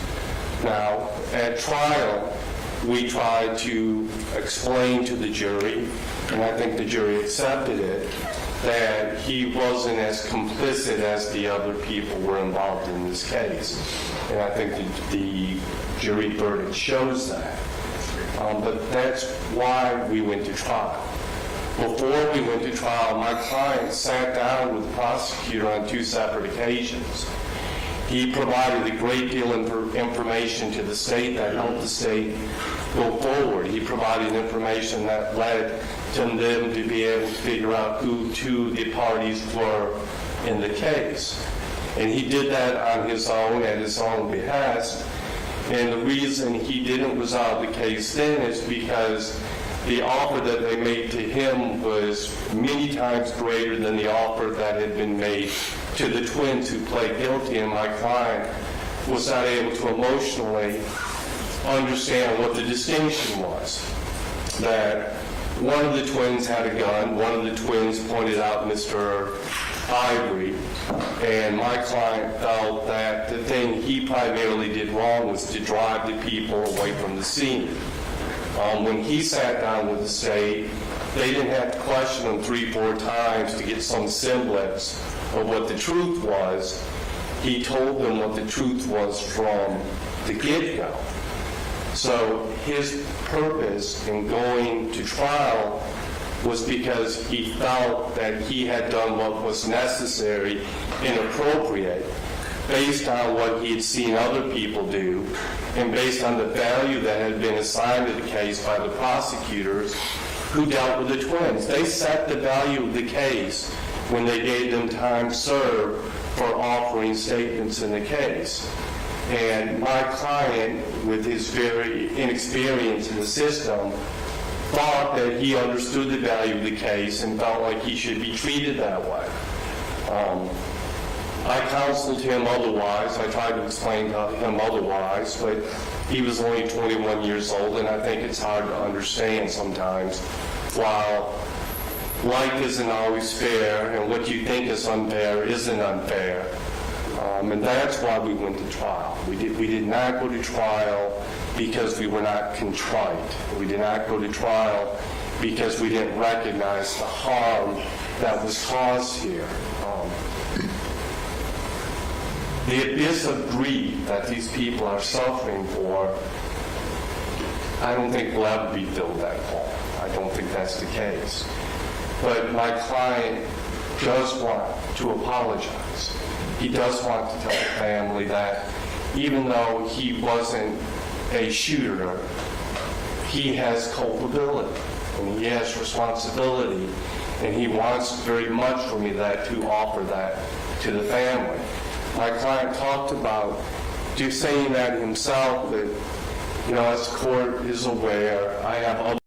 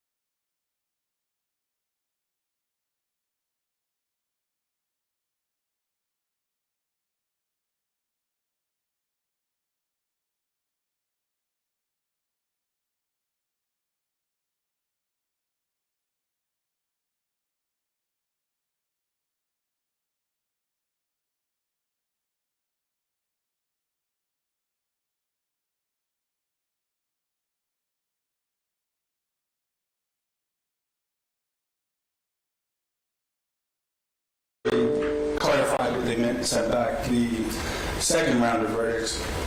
Well, as to Mr. Coleman, 4 things changed. 4 counts were initially clearly not guilty and then came back guilty on the second round. As count 7, count 14, count 26, and count 44. So I would object to sentencing on those counts. For instance, count 44, aggravated assault against Davari Ivory. There was nothing wrong with the form of the first verdict. They wrote out not guilty to that count, and it went back out and came back in very quickly with guilty. So I think the will of the jury was clear the first time. So I want to object to sentencing on those counts. I understand we're not going to be addressing the legal arguments of all these, but I just want to preserve the record because I think I have to. I think a number of the verdicts are repugnant, mutually exclusive. The majority of the counts where Mr. Coleman was convicted are gang counts and possession of a firearm count. But the majority of those counts, he was acquitted of the substantive count. So we have a mutually exclusive verdict where the jury says you're not guilty of shooting at somebody, but you're guilty of doing that in furtherance of your gang. And you're guilty of having a firearm during the commission of that felony. And those are mutually exclusive, Your Honor, and they're repugnant because you can't be not guilty of doing a thing, but then guilty of doing a thing for a certain reason. It's the same offense, but added an additional element. So I would object to sentencing on counts 8, 9, 10, 14, 15, 18, 19, 22, 23, 26, 27, 30, 31, 34, 35, 38, 39, 40, 42, 48, and 50. You know, and Your Honor, just as another example, the possession of a firearm count in count 10 was the underlying felony was the malice murder of Samuel Moon, for which Mr. Coleman was acquitted. So he was acquitted of the offense, but then found guilty of possessing the firearm. Mr. Moniz, the inconsistent verdict rule was abolished in the state of Georgia in 1986. Do you think they're going to bring it back? Not the inconsistent verdict rule, Your Honor, but mutually exclusive and repugnant verdicts are still barred in the state. But Your Honor, like I said, I'm just preserving the record on those issues. Mr. Coleman maintains his innocence and intends to continue fighting the case, so it's an unusual situation, but we recognize that the jury's verdict requires a sentence. And I'm going to ask the court to hear, not from a number of witnesses, but just from his mother, Ms. Donahue, to get to know Mr. Coleman before the court pronounces sentence. All right. So, Ms. Donahue, please come up.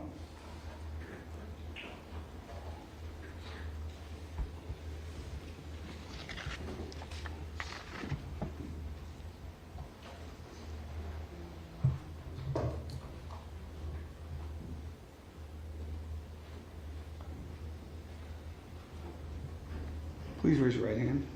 Do you solemnly swear or affirm to tell the truth, the whole truth, and nothing but the truth? Yes. All right, please lower your hand. Please tell the court your name. DeWandra Donahue. And how do you know Mr. Coleman? That's my son. What would you like to tell the court? This is my first and only child. There's really no handbook on how to be a parent. And it's been devastating for everybody in here. It's been a courtroom full of hurt. My son know God. We know God. His mother, his grandmother is an evangelist. And I know some of these boys, they would come and ask Ms. Coleman to pray for them. I know that my son took on some naive way of thinking like me. I was very sheltered. I'm about to be 40 years old and I just learned what a switch was watching this with my son. I'm sorry. They show a lot of things that they wanted everybody to think. But my son is a good kid. The only thing I had to fuss at him about is bringing girls in the house. I've probably had to whoop him 3 times in his life. They don't show when my son called me and asked me to pray for everybody. I don't tell him to do that. He do that on his own. He recently told me that he wanted to start a youth center. His father has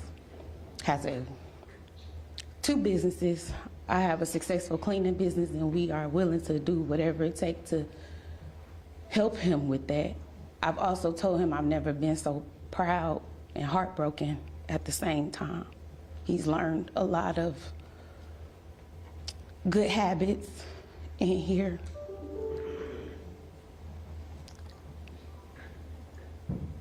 I know that this didn't come from God, this came from the enemy, and that's why I understand the family's got a lot of misguided anger because of what they think happened or what they think. And we be praying for them to have peace. That's a pastor's all understanding, and that's why they can't understand my son. They can't understand that he really believe in God, and God gonna help us through this. He didn't think, as a lot of kids don't. I've made mistakes when I was a kid. We all made mistakes. He didn't think, but he's not a bad kid. And I love you so much, son. I'm sorry.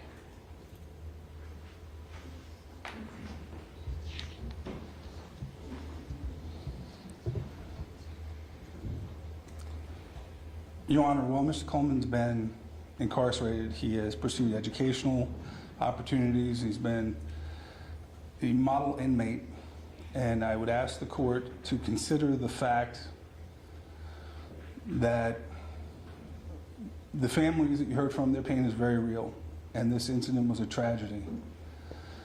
But there is a necessity to sort out who is more and less responsible. There's a reason why in the crest of our state, justice is flanked by both wisdom and moderation. And in this case, Your Honor, the evidence was he was an 18-year-old boy going to see a girl. And the evidence at trial was that he had a very specific gun, and that very specific gun did not shoot on the scene. This is a spontaneous eruption of violence.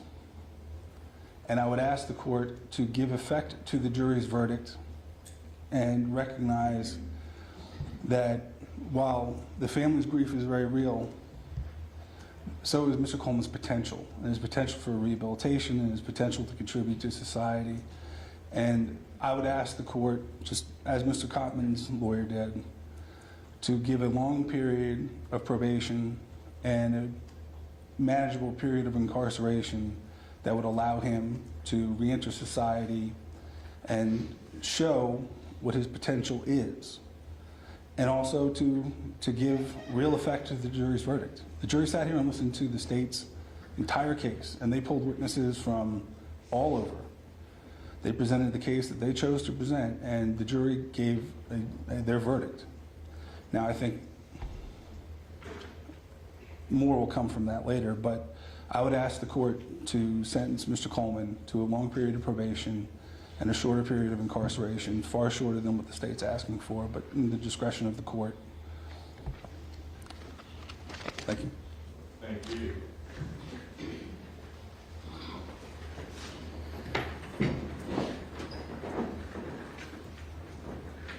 Well, I'll make A few observations based upon what I've heard from both sides and what the court heard at the trial. First of all,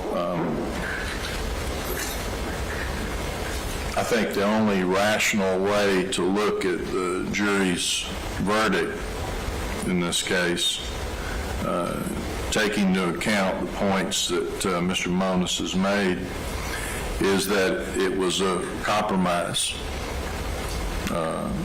amongst the jurors. because the verdict is not guilty on all the murder charges, but simultaneously there's a guilty verdict as to aggravated assault on Samuel Moon, and a guilty verdict of aggravated assault as to Miss Hill, which are the underlying felonies in the felony murder charges. So juries do that sometimes, and depending on which side of the courtroom you're on, you either like it or you don't.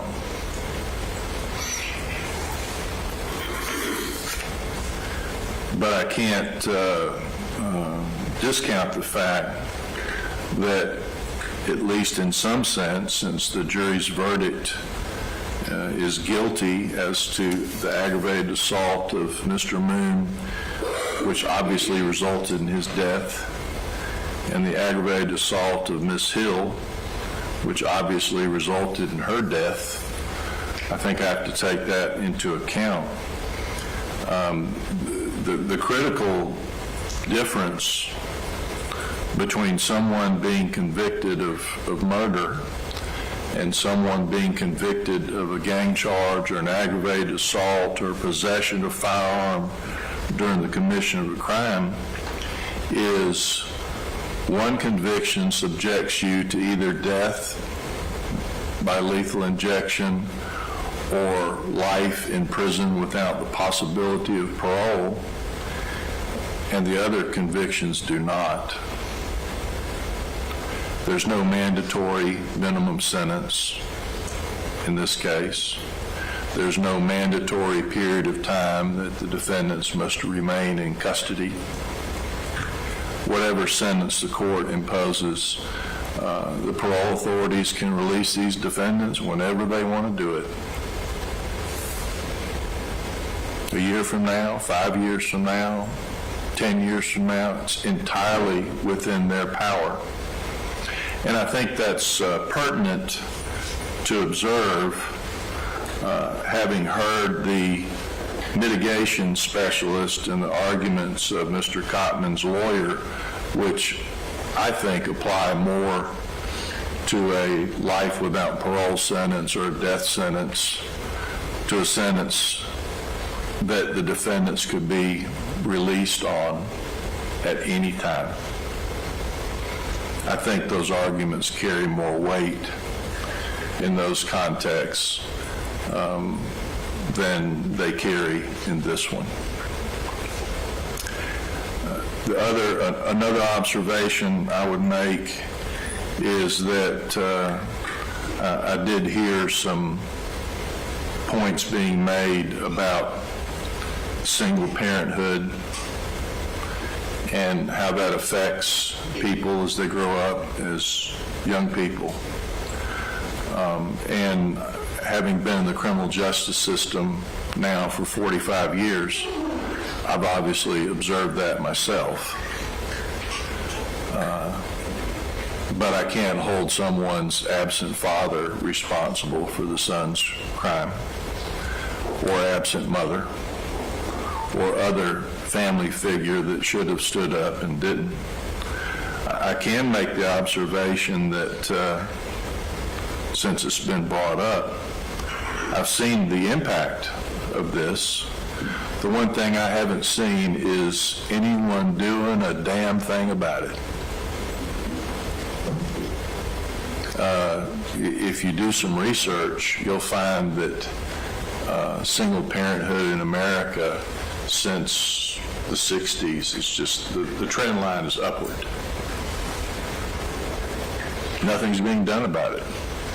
And if the arguments in this case and other cases are correct, that it has a hugely significant impact on criminal behavior, well, folks, until somebody stands up and decides to be a man and parent their child instead of leave, we're just going to have more courtrooms full of grieving people and we're going to be burying more children. The other observation I want to make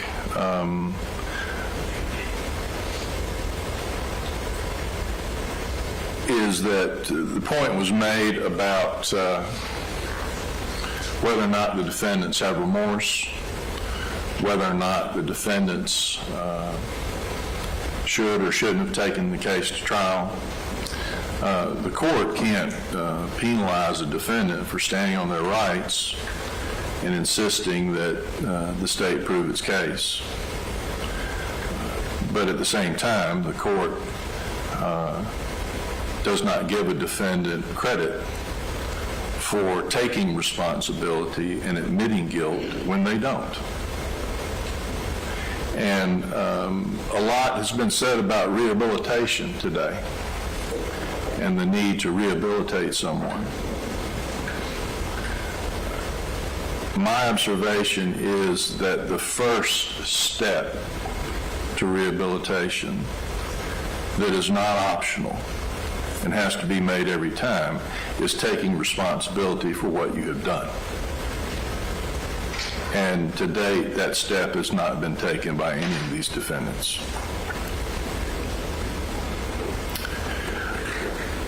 So in terms of how the court sentences and why the court sentences, I think it's important for just a moment to explain to all of you on each side of the courtroom, why do we even sentence in the first place?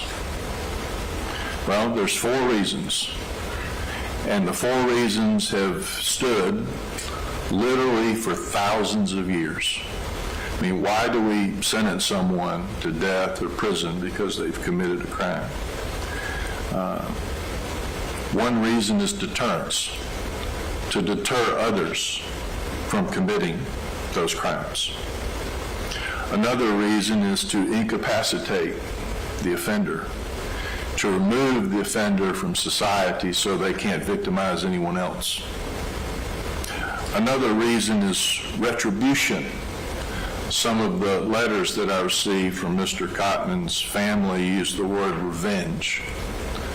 I don't look at it as revenge. Maybe others do. But for thousands of years, we've recognized in civilization that when you commit a crime, you don't commit it just against the families of the deceased. You commit it against society, which has a responsibility for doing something about it. The sheriff has a responsibility to do something about it. The court has a responsibility to do something about it. The district attorney has a responsibility to do something about it. These are the systems that we have appointed as a society to do something about it when children are shot and killed. I think maybe the most horrible thing that I heard during the trial, amongst many horrors, was the description of the scene by Detective Jean, who was roundly criticized by the defense for incompetence, as they labeled it. But when she testified, she painted a picture that I wish everyone in this courtroom could understand on either side of the courtroom. People screaming, sirens, darkness, chaos, children lying on the ground shot, people running, someone's life bleeding out of them while a deputy tried to save them. Parents frantically trying to find out if their children were alive or dead. As a parent, I can't imagine what it must have been like for the families in this courtroom to hear that there's been a mass shooting at a party in Douglasville and my child was there because I dropped my child off and I can't get my child on the phone. I wonder how many minutes many of the parents of these children, not just the ones who were shot, but the many dozens who went to this party, and their parents are frantically trying to find out, is my child shot? Is my child alive? I can't imagine what that must have been like for however many minutes it was for each one of those parents to be in the dark and in the chaos of not knowing whether or not your child is alive, or whether or not when you get to this house that you dropped your child off at, that you're going to find your child's body on the ground. So when I look at the facts of the case, and I look at the reasons that we sentence people in America and everywhere else, I look at the issue of deterrence. I want to impose a sentence that says very clearly to others, this is not something you should do, and this is not the place you should do it. And I think that's a valid reason for imposition of a sentence, because it's been a reason in civilization for thousands of years. I look at the issue of incapacitation. And as I look at that, I see 3 offenders who decided to be gangsters, who decided to be organized criminals, who decided to carry guns, who decided to visit retribution on people that they thought had dissed them. And I see a very strong need to incapacitate people, even young people. You know, the mitigation specialist and Ms. Becker made some good points. I don't know how valid those points are when our young people are now in gangs, roaming our streets, committing crimes, carrying guns, and shooting children. The other thing we look at is rehabilitation. I've mentioned that. But we also look at retribution. What is the harm done to society? Mr. Kiger pointed out that I've been around for a long time. I've been around long enough to know for an absolute fact that no worse crime has ever been committed in Douglas County than this one. There is no crime in this county in the 30, 40 years that I've been around in which 2 children were shot to death and 8 children were shot and numerous others were shot at. Unfortunately, just a year before this case, I had to try another one of these cases in which 1 child was shot and I think 1 was wounded or shot at. But nothing like this has ever happened. No courtroom has been filled in this county with this many people interested in this type of case. And I think that signifies the harm that has been done, as stated by the families of the deceased and the living, of all 3 high schools being represented at the party, and how this has affected everyone in our community. So I think that those factors, deterrence, incapacitation, and retribution, are very, very heavily weighted in this case against the defendants. I can't, as Ms. Becker said, reconcile what Mr. Cotman's family and friends say about him with the horror of that night, but that's not my job. To reconcile things, try to figure them out, things that maybe we'll never figure out. But I do think it's important that I impose a sentence in this case that speaks to the issues of deterrence, incapacitation, and retribution very loudly under the facts of this case. And I also think if there's a temptation or a thought process, well, let's run all these sentences concurrent at the same time. shooting people is not cheaper by the dozen. But we have even more than a dozen people if you count the 2 people whose houses were shot up in the neighborhood, in addition to the 2 children that died and the other children that were shot. Now, the court will address Mr. Monis's arguments at the motion for new trial stage, and this is a good time to notify the defendants of their rights before I impose sentence. Each defendant in this case has a right to appeal their conviction. To appeal the conviction, you must file a notice of appeal or a motion for new trial within 30 days. If you don't do that, you would lose the right to file an appeal.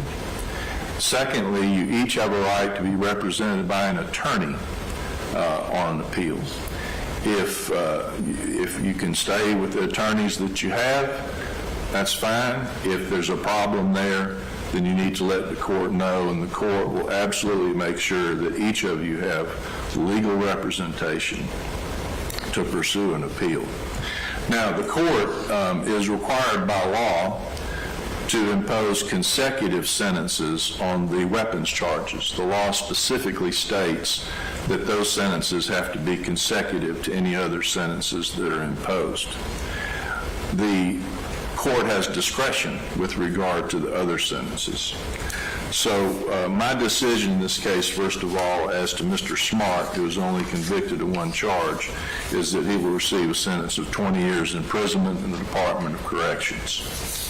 With regard to the other 2 defendants, Mr. Coleman and Mr. Coleman, the court imposes a 5-year sentence on each weapons charge to run consecutive to all other sentences imposed in the case. With regard to the aggravated assaults, the gang charges, the criminal damage to property charges as to both defendants, it will be the sentence of the court that each defendant receives a sentence of 20 years imprisonment, and those sentences will run consecutive to each other and consecutive to the 5-year sentences, with this exception. To the extent that each defendant was convicted of aggravated assault as to a named victim and a gang charge as to a named victim, those sentences will run concurrent. So the net effect of the court sentences, as I do the math, is the court imposes a sentence of 320 years imprisonment as to Kingston Coleman and 320 years imprisonment as to Timothy Coleman. That's the judgment of the court. This matter is adjourned.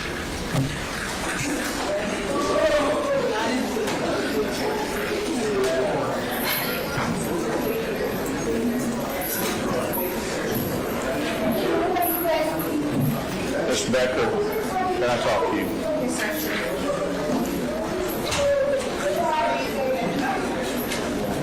You did one of the best jobs I've seen in a long time. I wanted you to know that.